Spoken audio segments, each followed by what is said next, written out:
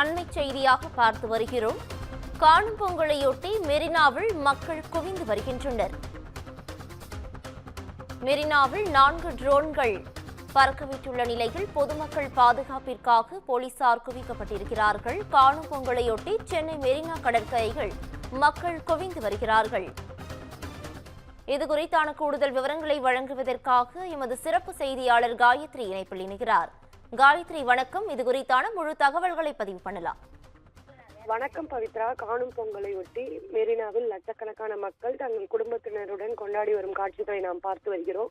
குறிப்பாக நேற்று முன்தினம் பொங்கல் பண்டிகையானது கொண்டாடப்பட்டது. அதனைத் தொடர்ந்து நேற்று மாட்டுப் பொங்கல், இன்றைய தினம் காணும் பொங்கல் பண்டிகையானது கொண்டாடப்பட்டு வருகிறது. இதற்காக மெரினா உள்ளிட்ட பல்வேறு சுற்றுலா தலங்களில் பொதுமக்கள் தங்கள் குடும்பத்தினருடன் மகிழ்ச்சியாக கொண்டாடி வருகின்றனர். குறிப்பாக மெரினாவை பொறுத்தவரை லட்சக்கணக்கான மக்கள் அங்கு குவிந்திருக்கும் காட்சிகளை நாம் பார்த்து வருகிறோம். இது தொடர்பாக ஏற்கனவே சென்னை காவல்துறை சார்பில் 13,000க்கும் மேற்பட்ட காவல்துறையினர் பாதுகாப்பு பணியில் ஈடுபடுத்தப்பட்டுள்ளதாக தெரிவிக்கப்பட்டிருக்கிறது. அது மட்டுமின்றி 3 இடங்களில் தற்காலிக கட்டுப்பாட்டு அறைகளும் 7 சர்வீஸ் சாலைகள் நுழைவாயில் வழியாக பொதுமக்கள் செல்வதற்கான ஏற்பாடுகளானது செய்யப்பட்டிருந்தது.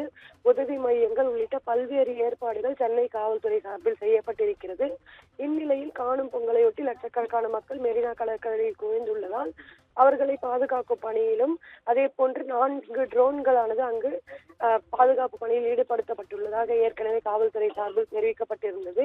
8 கண்காணிப்பு கேமராக்கள் மூலம் பொதுமக்களை கண்காணித்து வரும் நடவடிக்கையும் அங்கு மேற்கொள்ளப்பட்டு வருவதாக கூறப்பட்டிருக்கிறது. இந்நிலையில் மெரினா கடற்கரைக்கு வருபவர்கள் தங்கள் வாகனங்களை நிறுத்துவதற்கு கடற்கரை சாலை மற்றும் சென்னை பல்கலைக்கழகம், சிவானந்தா சாலை, தேப்பாக்கம் உள்ளிட்ட பல்வேறு பகுதிகளில் பார்க்கிங் வசதிகளானது ஏற்பாடு செய்யப்பட்டிருக்கிறது. எனவே காணும் பொங்கல்